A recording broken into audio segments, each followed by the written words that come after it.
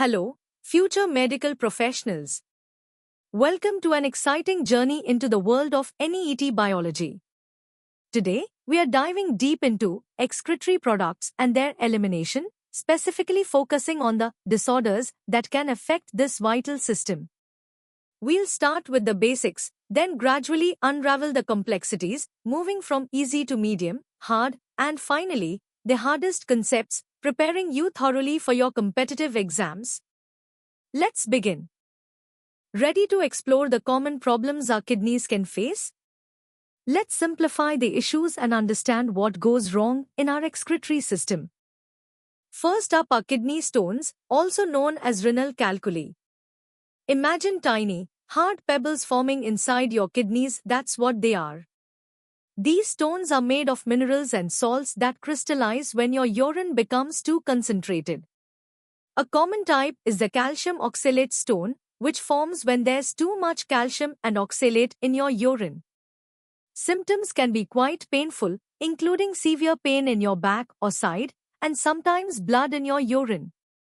Early detection and treatment are key to managing them effectively.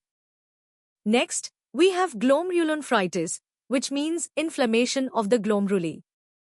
Glomeruli are the crucial filtering units in your kidneys. When they get inflamed, they can't filter your blood properly.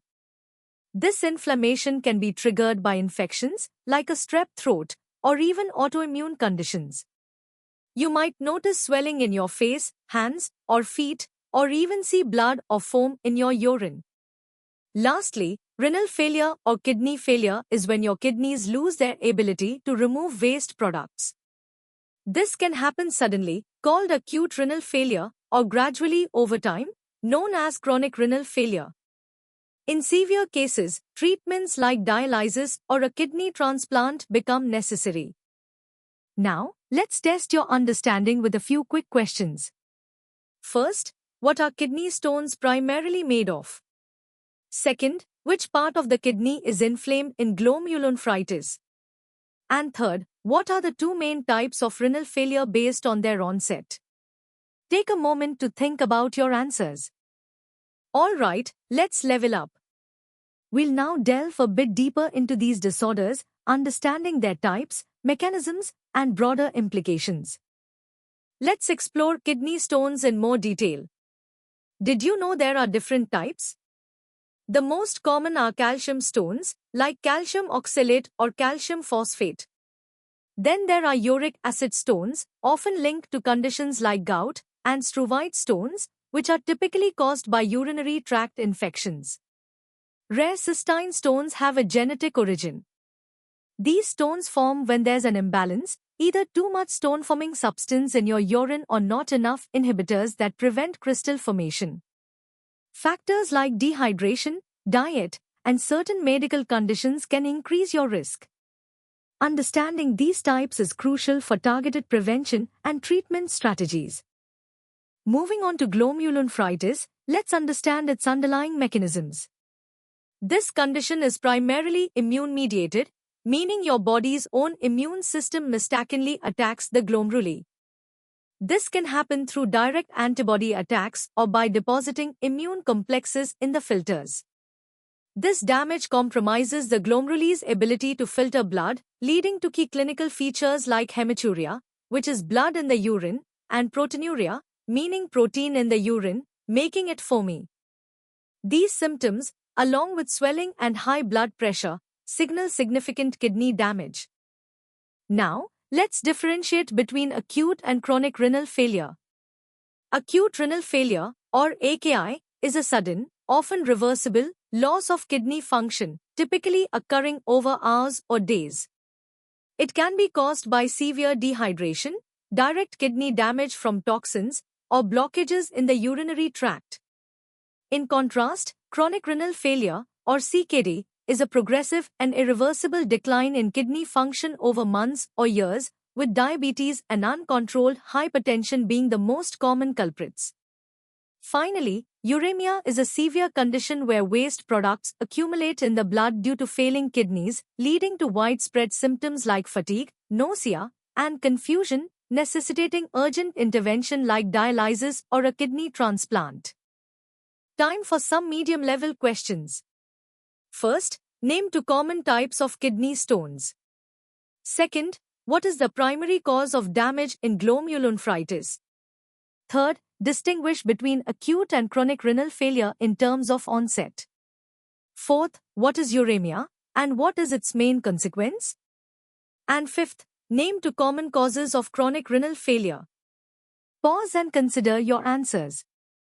Alright, let's push our boundaries. The hard level will connect theories, analyze complex processes, and explore advanced management strategies. Let's delve deeper into the pathophysiology of renal calculi.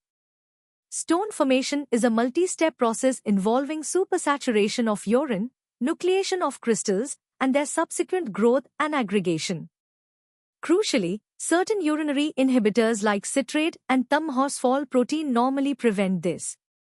However, imbalances such as high calcium or oxalate levels or acidic urine can overcome these protective mechanisms. For instance, uric acid stones thrive in acidic environments. Diagnosis often relies on advanced imaging like CT scans, alongside detailed urinalysis and 24-hour urine collections to pinpoint specific risk factors. Understanding these intricate pathways is vital for effective prevention and personalized treatment plans.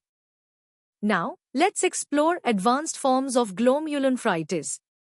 Post-streptococcal glomerulonephritis, or PSGN, typically follows a streptococcal infection involving type 3 hypersensitivity reactions with immune complex deposition. IgA nephropathy, the most common primary glomerulonephritis, features IgA immune complex deposits and often presents with recurrent hematuria. Rapidly progressive glomerulonephritis, or RPGN, is a severe, aggressive form characterized by crescent formation in the glomeruli, leading to rapid kidney function loss. It can be associated with anti-GBM disease or systemic vasculitides.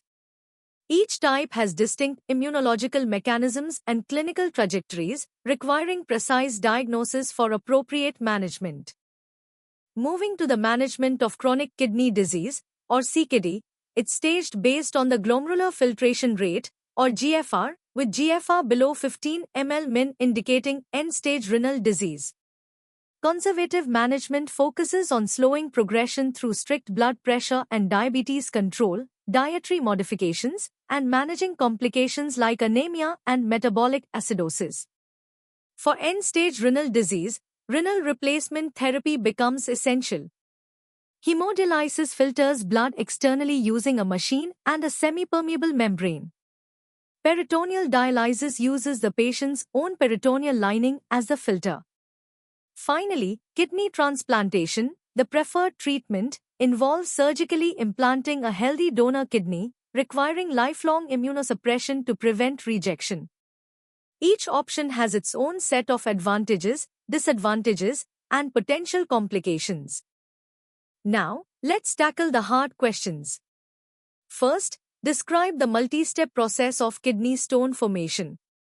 Second, differentiate between PSGN and IgA nephropathy based on their immune mechanisms. Third, how is CKD staged, and what is the significance of GFR below 15? Fourth, explain the fundamental principle of hemodialysis. Fifth, what are the primary challenges associated with kidney transplantation? Sixth, name 2 types of rapidly progressive glomerulonephritis. And seventh, what is the main goal of conservative management in CKD? Take your time to formulate comprehensive answers. Are you ready to truly master this topic? In the hardest level, we'll dive into competitive exam depth, exploring molecular insights, engineering aspects, and future frontiers in nephrology. Let's unravel the molecular intricacies of renal calculi. Beyond simple mineral precipitation, specific urinary macromolecules like osteopontin and thumb-horsefall protein play dual roles. Some inhibit crystal growth, while others promote aggregation. Genetic predispositions, such as mutations in oxalate transporters, significantly elevate stone risk. For instance, primary hyperoxalia is a severe genetic disorder. Moreover, Urine pH is a critical determinant. Acidic urine favors uric acid stones, while alkaline urine promotes calcium phosphate stones. Understanding these molecular interactions and genetic factors is pivotal for advanced diagnostic and therapeutic strategies, moving beyond symptomatic treatment to precision medicine approaches. Shifting to the engineering marvels of dialysis, modern dialyzers are sophisticated devices. They utilize hollow fiber membranes, typically made of synthetic polymers, precisely engineered with specific pore sizes to optimize diffusion and ultrafiltration. Biocompatibility is paramount. These membranes are designed to minimize adverse interactions with blood, preventing inflammation and clotting. The fluid dynamics within the dialyzer are meticulously controlled by pumps and sensors, ensuring precise blood and dialysate flow rates and accurate transmembrane pressure for efficient waste removal and fluid balance. The evolution from early, rudimentary dialyzers to today's high-flux systems represents a triumph of biomedical engineering, significantly enhancing patient outcomes and quality of life. Now, let's examine the complex immunological landscape of kidney transplantation. HLA matching, involving highly polymorphic human leukocyte antigens, is crucial to minimize rejection. Pre-transplant cross-matching detects recipient antibodies against donor HLA, predicting hyperacute or acute rejection risk. Rejection itself manifests in various forms: hyperacute, occurring within minutes due to preformed antibodies; acute, mediated by T cells or new antibodies; and chronic, a slow, multifactorial decline.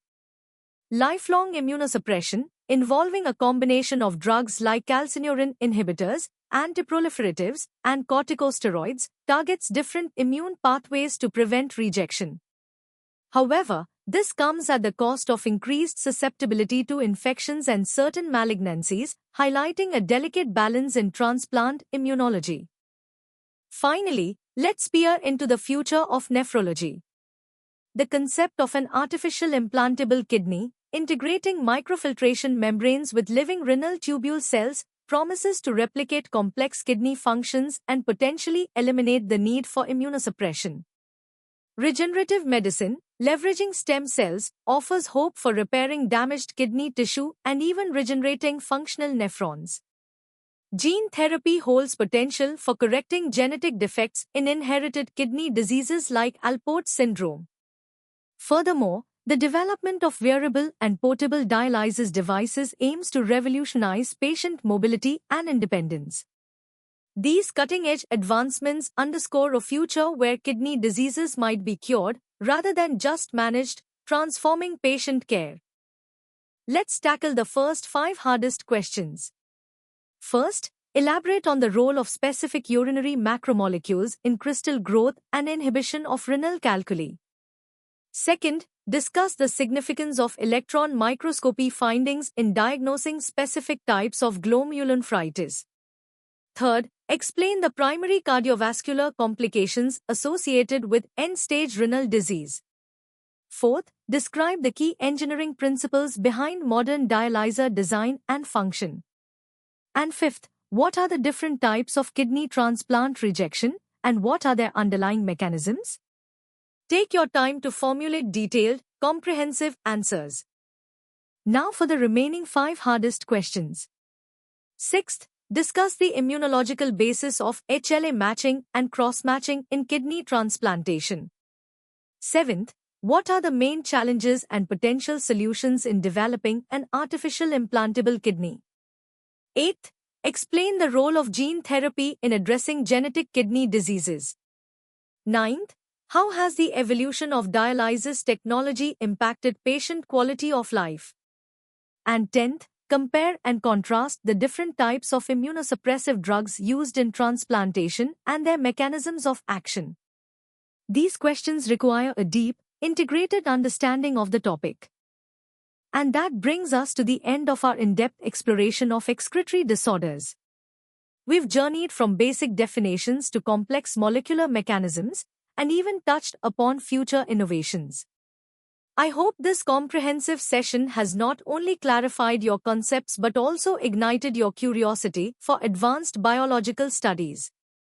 For more such engaging and detailed content, including interactive quizzes and personalized learning paths, visit synapse.omaps.in. Don't forget to like this video, share it with your friends, and subscribe to our channel for continuous updates and to stay ahead in your NEET preparation. Keep learning, keep growing, and excel in your medical journey. Thank you.